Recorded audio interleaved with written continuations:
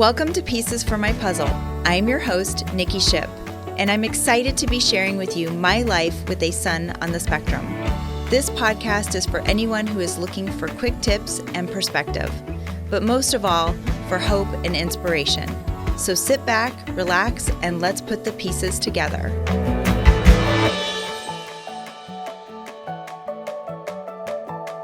Hello and welcome back to another episode of Pieces for My Puzzle. I'm your host, Nikki Ship. Thank you so much for joining us today. Last week, we had the great pleasure of having Les Townsend on the show from BT Property Services. If you didn't get a chance to check out that episode, please do. Had a wonderful conversation. And Les, I just want to say thank you so much for coming on the show and sharing a little bit about your life with your son and also the job that you created for him at your company. Thank you so much for your time and your expertise. This week, I am especially excited to have Miss Constance Lewis on the show today. Her and her husband, Andre, are the authors of a book called Miles and the Colorful Capes of Feelings. It's a children's book series designed to help kids navigate emotions with creativity and confidence.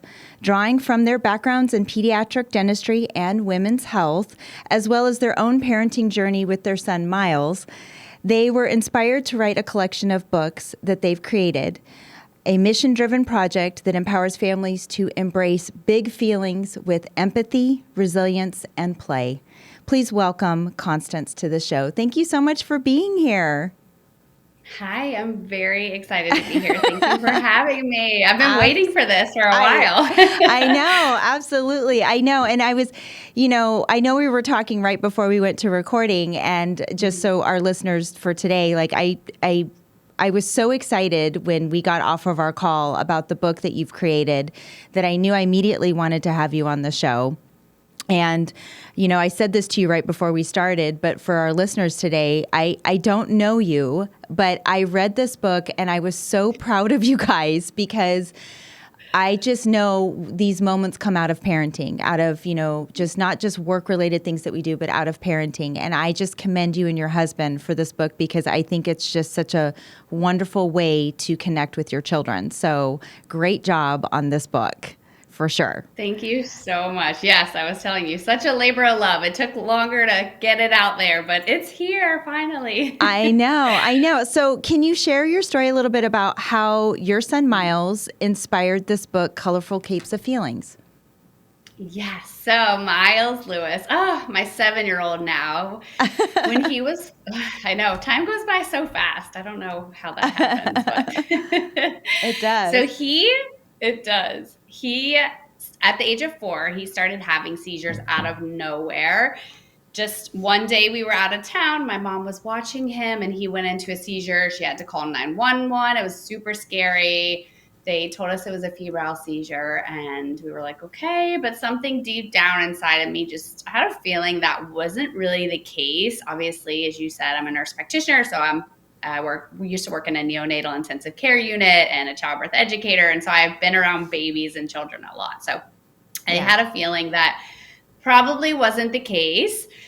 Pushed for more testing, pushed for more scans, kind of met a lot of resistance with that, but kept pushing forward. And then he had 2 more seizures after that, unmedicated, within 3 months of each other, where we had to call 911. Yes, very scary and very long seizures and lots of different exposures to medical situations with my child. So, so he ended up having brain surgery, fast forward 2 years, a year ago in May. And he used to be he was always a very emotionally resilient child. He was always very able to express his emotions. And it was a beautiful thing. We taught him this very early. And it wasn't just with words, but we taught him with activities of how to express emotions, healthy activities, healthy things he can do.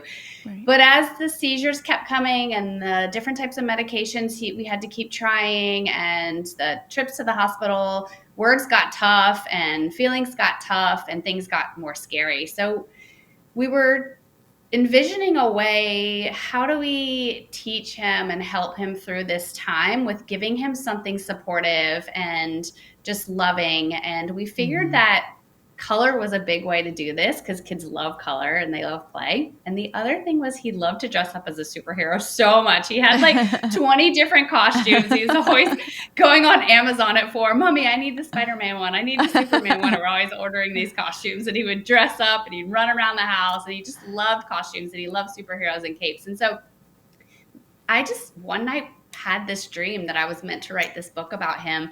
And I'm like, what is it going to be about? I don't even know. And it just came to me. And I thought, what if we use capes with colors and create this book and it helps other children? Oh my gosh, that's so amazing. And I know when we had our discovery call, I was shared with you about how we used color zones of regulation with Drayson, and it was really, really effective. But I love the creativity of you adding a cape because I think, I just when I was previewing the book, I was like, what a confidence builder. Because I mean, let's face it, if I could wear a cape around, even today, I would. I would love to wear a cape and be like, I'm a superhero. Like, this is how I feel today. But I mean, it's such a statement. And I think that that's so unbelievably awesome. And I know in your own personal journey, you have faced a lot of parenting challenges. He had a diagnosis. So was his diagnosis of epilepsy? Is that what ended up coming back for him?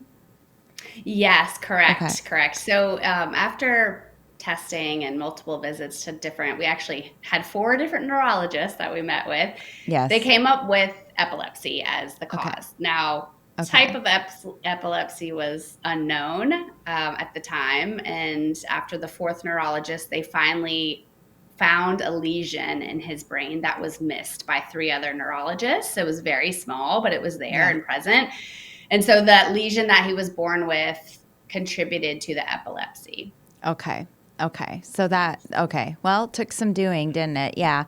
And I think that that's where, you have to follow your instincts. You were saying about how you kept pushing and there was some resilience with that. And I think I can attest to that myself, even with Drayson's diagnosis with autism. It's like there were certain things that I was asking for and they were like, no, he doesn't, he's not exhibiting those symptoms. And I'm like, there's more to this.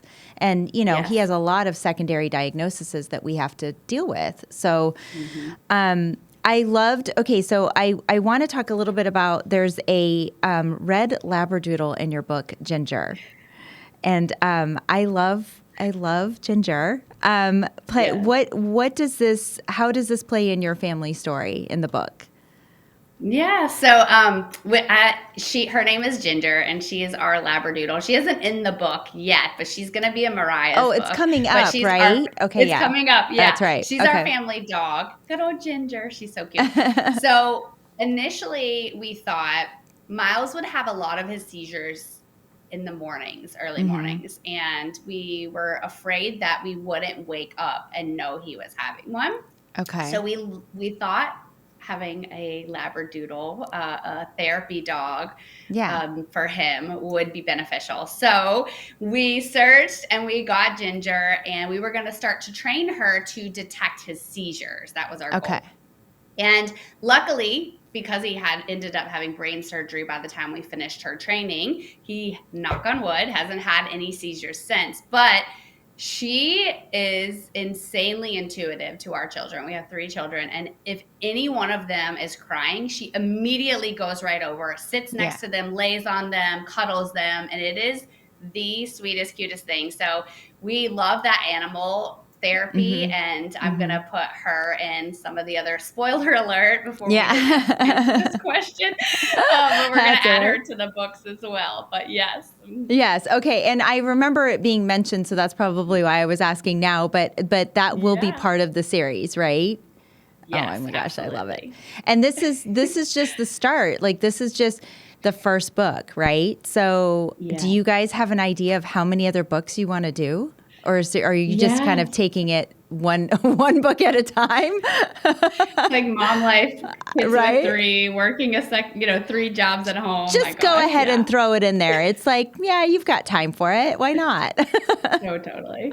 I know. Yeah. So actually the wild part is that I have already written Mariah. So she's my second child. She's a daughter. I've already written her book, and now it's in illustration. That's so exciting. It's very exciting. Yes. And so hers is colorful tutus, because not every kid loves capes. Yeah. And even though that's a powerful thing with confidence, my daughter loves to dress up and she loves tutus, and she's very frilly, and Yes. which is so opposite of how I grew. I was a very tomboy and she's very frilly. So I'm like, okay, here we go. Let's go on this train. Yeah. So we were doing tutus, and so hers is coming next. And then Micah is my third baby. He's only 2 years old, but we're doing toys of some sort for him because he's really engaged in toys and play. So a color and toy kind of comes together with that. And then I also just thought another book called Mommies Have Big Feelings Too. And it's going to be a book for children to read about why mommies may have big feelings too and what they may look like. But just because we have big feelings doesn't mean we don't love you. Yeah. Oh my gosh, that's so great. And I think that's so important too, because sometimes I think as parents, we forget to give our perspective because we're just busy parenting. Like Yes. and it's a form of management in some ways, right? Like I'm busy managing the household, managing the kids, doing all these things that a lot of times when mommy has big feelings, they don't always understand it because I'll be the first to admit I don't explain it. I'm very commanding. Like I'll start commanding like, no, this is just we need to get this done. So I love that you're bringing that also into a form of communication for children to understand better. I mean, overall, I love the fact that you're incorporating color as well, because I think, to be honest, I think we could all use a little bit more in our lives anyway, right? So I think that this is fantastic. And this might even help. I mean, this might even help adults talk about their feelings. Like let's just be real. So. We need a lot more of that. Yeah. So I know you talk a little bit about in the book about the actual emotions, but how does the book how do you hope that the book is going to help children process their emotions? Because you do give examples, even coping mechanisms in the book. So what's your hope for helping children to be able to process their emotions with it? My hope is that children don't feel ashamed of having big emotions. What happens, and I am so guilty of this, is that when my kid has a big emotion, I tend, not so much now because I've really worked on this, but I would get really uncomfortable and I would just rush them out of that emotion, or I'd try to do whatever I could to make them feel better because it was uncomfortable for me. Yeah. So my wish is to really show kids that it's okay to have these big feelings. It doesn't scare mommy. It doesn't scare daddy that you have these big feelings. And you don't have to tell us with your words how you feel, because you might not even know what to say. So I envision a world where kids can put on a color of something, whether it be a cape or a tutu, or grab a stuffy of a certain color and walk out, and the parent says, oh, I see you have the blue cape on today. That means you're feeling sad. Let's reach in our toolbox and figure out how we can walk you through this emotion and help you feel better. Yeah. And that's awesome, because you're also giving the child a way to communicate that feeling without verbally saying anything, which even with kids on the spectrum, we deal with that all the time. I mean, if I felt like I had a list that I would have to go down every time Drayson had a big emotion. I was like, is it this? Is it this? It was this. And it was just, it was like throwing darts. I just didn't know. And I would just pray that I could get one of them to stick so that I could figure it out and I could help them. And so, so I love that you bring that into that as an option for kids, because that also empowers children, I feel like, to say, like, they can't verbally say, I'm sad, but I'm going to wear my blue cape just in case, just so people know, just so they know that this is where I'm at today, Yes. I love that. And like I said, we only used the zones of regulation when Drayson was much younger. And I think that one only comes with they have an expanded one, but the original, it's just 4 colors. And even then they were broad categories within. So it's like, I kind of like also being able to let the child pick the color and let it identify their own emotion, I think that's amazing. Exactly.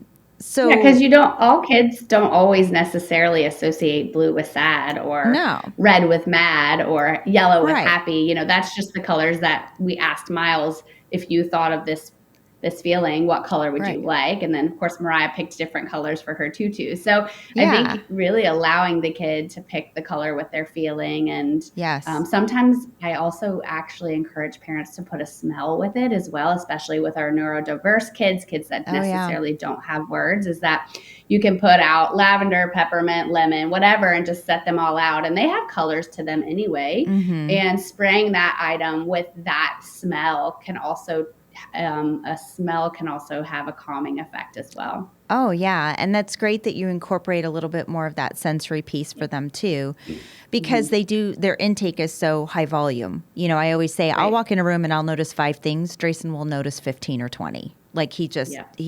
So I know that his sensory overload is through the roof. And sometimes just taking them out of that, like with a scent, is helpful. We used essential oils quite a bit with Drayson when we were younger, and citrus and lavender were my go-tos. I mean, Yeah. they were my Yes. go-tos when he was little because that would help calm him, Yep. So you talk about, thinking like a kid. And I love that you're dipping back into this childlike mentality. How does that show up in your book? That's a great question. My husband already has this because he's a pediatric dentist, and he just he plays with kids all day long. Like, everybody wants to go to his office. They're like, that kid actually likes going to the dentist, because he comes home and he jumps right into dad mode, and he's just always playing imagination and superheroes with them. It's amazing. Like, I haven't been as good of doing that with them. I feel like I'm better at doing puzzles and like artsy craftsy things. Yeah. We have our different strengths, which I think you can lean into. But children learn and are comforted through play. Play is really, I feel like within any situation, whatever they love to play can really calm down the situation, can really bring out the confidence. And so, thinking like a kid, I had to turn around and think, what does Miles like to do? What does Mariah like to do? What does Micah like to do to play? And they love colors of any sort. They love coloring. They love painting. And so I feel like if you as a parent can just embody what your child loves, envision yourself as their age and as a kid again, and what you love to do and what they love to do, and just pull that into your conversations and your support and your emotional resilience and awareness, speak to them and things like that. That really can help turn your mind back into being such a parent. I'm a parent. I'm going to tell you what to do. And they're always told what to do. They're always told how to do it. And, free play and play is just so good for them. Yeah. And I think good for us too. I think when I started, we started incorporating a lot of play with Drayson to also get him to draw out his communication when he was younger. And I remember some of those sessions walking out going, well, I had just as much fun as he did.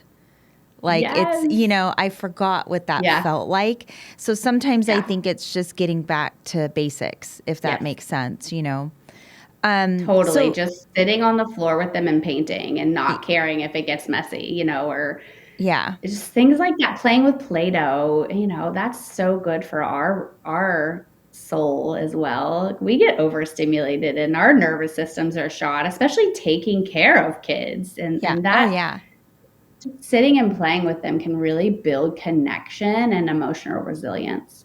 Oh yeah, absolutely. And I think we, as moms, and even as dads, we lose sight of that sometimes because we are in that constant mode of, okay, well, we're going down the checklist, making sure all the stuff's getting done. So it's like when we do take that pause, it was like, oh, that was actually really nice. I should do that more often.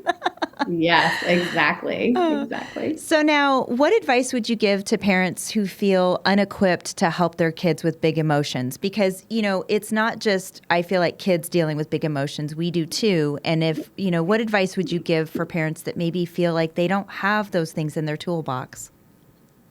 Great question. I think that it takes a little bit of self-awareness starting out, because it's hard to make a switch like that. Yeah. But if you feel unconfident or just worried about how it's going to come off or come out or what to say, you don't know what to say, you don't know what to do or where to go, I think just starting super simple is the best way to go. And all you really have to do is start naming your own emotion in certain situations. Just start there. And it takes some time, but pausing and say you drop the milk all over the floor and it spills, just stop and say, oh my gosh, that made me really mad. And then take a deep breath. So start by modeling that behavior first before you start working on teaching your child that behavior. Maybe start within yourself and just say something makes you sad. Oh, I lost my favorite, I don't know, shirt today. I couldn't find it and I really wanted to wear it and it made me really sad. So just naming that emotion first, and your kid will start to model it. They'll start to see what you're doing. And that's a very simple, easy step. It's so uncomfortable for a lot of people because they're like, oh, we're taught not to express our emotions or say how we're feeling, just to keep it together and keep going for our family. But really, it's actually so healthy to bring that awareness to not only your kids, but even to your partner. Like, oh my gosh, thank you for telling me how you felt. I didn't know, Right. I think, we started some of that too. And it was funny. I had kind of a really touching moment with Drayson, and it was so minor for him, but a really big deal for me the other day.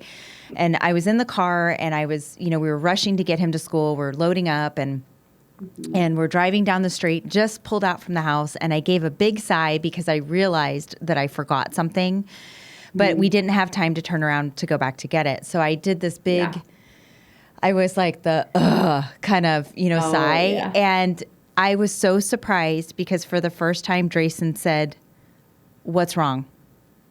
And I was like, oh, I said, I just realized I forgot something from the house. And I was like, I'm going to have to go back later. And I'm just trying to figure it all out. And you know what he told me? He says, "Don't worry, Mom, it'll be okay." And I was like, yeah. When did you get so intuitive about all of this? But because we did start doing that. Like I would, same thing. If I spilled the milk, I would be like, I'd do the, and I feel frustrated that I dropped that, or whatever the emotion was. So it was interesting to me that he picked up actually on my cue. And I didn't even intend it to be that way. I was just internally like, oh, okay, I got to pivot and figure this out. And he was like, "What's wrong?" Yeah. And I was just shocked because that does not happen very often. But that also tells me that because we do have that exchange, it's becoming more free-flowing, and I do appreciate that from him, Yeah, exactly. And what I notice is that my kids will, when I express my feelings, if I'm mad or sad or whatever, they'll actually come over to me and they'll give me a hug, like, or they'll say, "It's okay, Mommy," or they'll come to me in such a childlike form of sincere support that it means a lot. So it tells me that me verbalizing these things, it's teaching them and it's helping them, and they're doing the same. Yeah. It's really awesome when you have that epiphany with them too, because you're like, oh, okay, it's working, and then it just makes you want, it's like, okay, it's working. He might not pick up on it all the time, but I was so surprised. I was just in my own head and I just wasn't expecting him to even have a reaction with it, So have you seen families or schools using your books in any creative ways yet? Because I got to tell you, if you're an occupational therapist, a speech therapist, anybody that works with special needs kids or just kids in general, this is such a great book. So that's why I'm curious, like, are schools using it yet at all? That's a great question. It just came out August 3rd or 4th. So it's really only been out a month. New. Okay. Brand new, yeah. But I have a cousin who is she's kind of like a principal, but it's a little bit different of a school. They don't call it that. And she's creating a whole curriculum for teachers. Yes, for me to put on my website.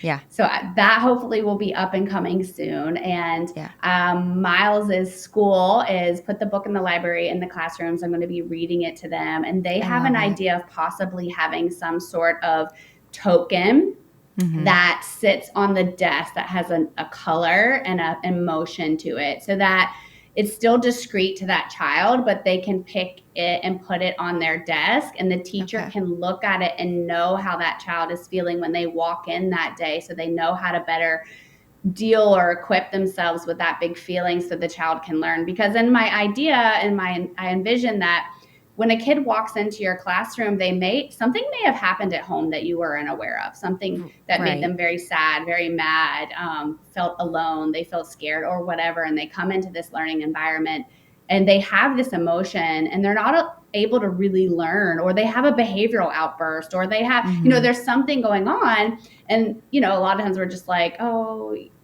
what's wrong with them today? Whatever, they're going to go on yellow or green. We have like a coding system for our kids for colors, right? Instead of just, if it could take 2 seconds for a teacher to, if they could pick out that coin or whatever they choose to put on their desk, teachers were just kind of coming up with ideas for me, maybe what would work and what would be discreet, and they could pick it out of the bin, the color and the word, and put it on their desk, turning upside down. The teacher could walk over, take a quick look, and then just initially know how they feel, so they know what to do to help them with a quick dance thing or a quick hug if they would like that, or whatever tools they have in their toolbox. We have a quiet, my child has a quiet corner in their classroom that they need to go to. And so things like that, I envision it helping teachers so that kids can learn better in the classroom. Yeah. I love the idea of it being written for curriculum as well, especially for the social emotional aspect. Like it's so important for not just for special needs kids, but all kids. It's like, I feel like we've really gotten away from being okay talking about it. And so even this, and even if they don't, and it's a great with the token idea too, because I would think too that sometimes people just have a hard time, like if it's pulling out a cape or showing the color, it might be hard for them too initially at first. So I like the idea of something discreet like a token. That's such a great idea. Gotta love our teachers. They have such good ideas. I have such mad respect for our educators. I really, really do. And I know that they have to work with what they've got. So I think that this would be such a great resource for them to be able to use in their curriculum. Do you have any resources or daily practices that you recommend to help parents build connection and resilience with their kids? Yes, actually I do. So I always make it a point, my husband and I learned this. I'm also a pediatric sleep consultant. And so I do a lot of gentle sleep training for children to help them sleep through the night. So babies all the way up to age 5. And what I have found that connection at bedtime is very big for them feeling safe and able to sleep better at night. So not only does that help with sleep, but the connection that a parent can give one-on-one after a busy school day, after a crazy day, and they come home, if you can give that one-on-one, and it's just 10 to 15 minutes a day with each kid from each parent, find that time to just get on the floor, do some sort of play with that child that is something that they want to do. It's not parent-led, it's child-led, it's putting your phone away, and it's just taking literally 10 minutes of your day to be with that child, even if they're an older kid, or go outside and play with them, whatever they want to do, just spend that time with them. And that can really just build connection. It can build trust. You can ask them how their day was. I always have my kids draw me a picture. Miles and Mariah, the 7 and the 5-year-old, I say, can you draw me a colorful picture of how your day was or how you're feeling right now? And they'll just get on the ground and they'll draw with different colors this picture. And sometimes it's an angry picture because somebody made them mad and they have black and red and it's like a sad face. And then sometimes they make this rainbow picture and they had a good day. So I really highly recommend the connection piece and asking them to draw you a picture of how they're feeling or how their day was. That's such a great idea. I really, really like that. I know we talked about other books coming down the pipeline. So, and this one I didn't realize that, I guess I just forgot that you had told me it was coming out in August, this book. So I'm like, oh my gosh, this is brand new.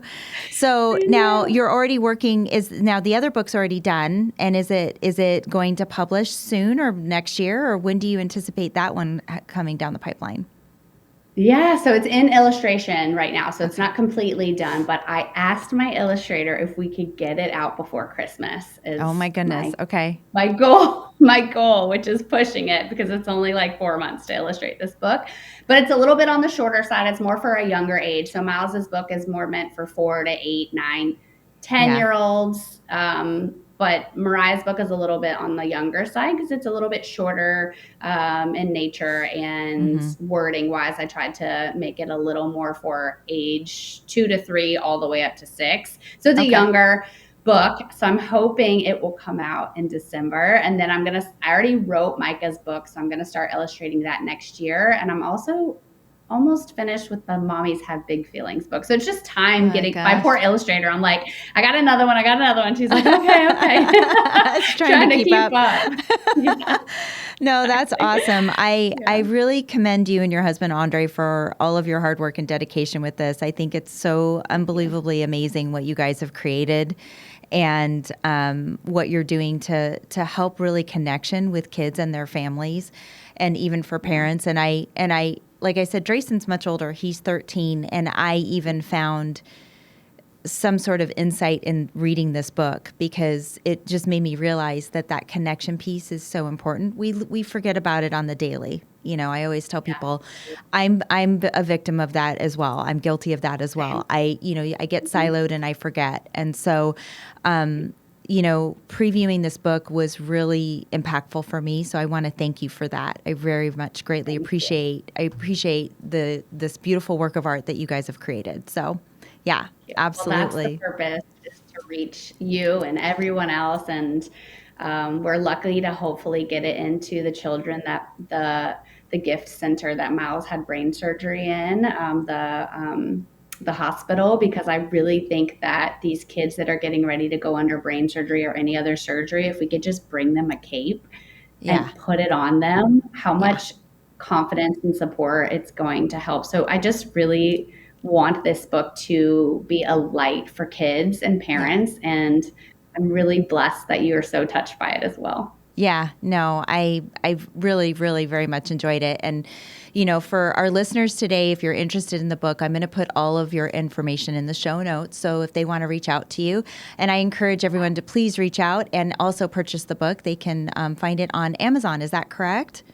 Yeah. Yes, it's on Amazon. Mm-hmm. So we'll make sure that we post all of that in the show notes. So if anybody wants to check it out, please do. And like I said, this is great for parents, educators, everybody. I even kind of jokingly thought, well, this would be great even in the workplace. Yeah. Do you have a coworker that? Yeah. How are you feeling today? That has trouble. Red card. Yeah. No, I'm just kidding. Yeah. I'm kidding. You were gonna make a shirt, didn't you? Make a shirt that said "I'm in the red zone today." Or something? Do. Well, and I've told this story before, but yes, my son, he came home one day and he was so angry, and he told me he was in the red zone, and I had a really stressful day too, and. That particular day, I knew it was going to be a glass of wine for Mom. Okay, I was going to buckle up, Buttercup. At the end of this day, I'm having a glass of wine, and he was really messing with something, and we were just kind of on each other's nerves. And I said, he's like, I'm just in the red zone, and I said, well, I'm in the red zone too, and I was literally pouring a red glass of wine as I was saying that. So yeah, I made a shirt that says I'm in the red zone, and it has a little red glass of wine because hey, sometimes. I'm in the red zone. Same. And I'm always thinking of ideas. I'm like, should we get little capes that we put on our wine glass that hang down that have different feelings for when we go to Mom's night out, and we could show up and have our cape coming off our wine glass. Oh my gosh. Feeling based on the week. If you produce that, let me know. I will be first in line to purchase that product. Absolutely. I know a ton of moms that would love that. That's so awesome. You gave me the idea. So there we go. There we go. Well, I appreciate your time and your energy today. Thank you so much for being on the show. Thank you so much for having me. It was so much fun. I really appreciate you. Absolutely. This concludes our episode for today. If you have questions, comments, or even a show topic that you would like to hear about, please feel free to send me an email at info@piecesformypuzzle.com. I'd love to hear from you. Don't forget to like and follow us on Facebook and Instagram if you have not done so already, or feel free to subscribe to our YouTube channel. If you like what you're hearing, please spread the word so that we can continue to empower autism families. And feel free to give us a good rating on your preferred podcast platform of choice. Thanks again for tuning in. And until next time, keep working on your puzzle. And remember, you don't have to have it all solved in a day. Take care.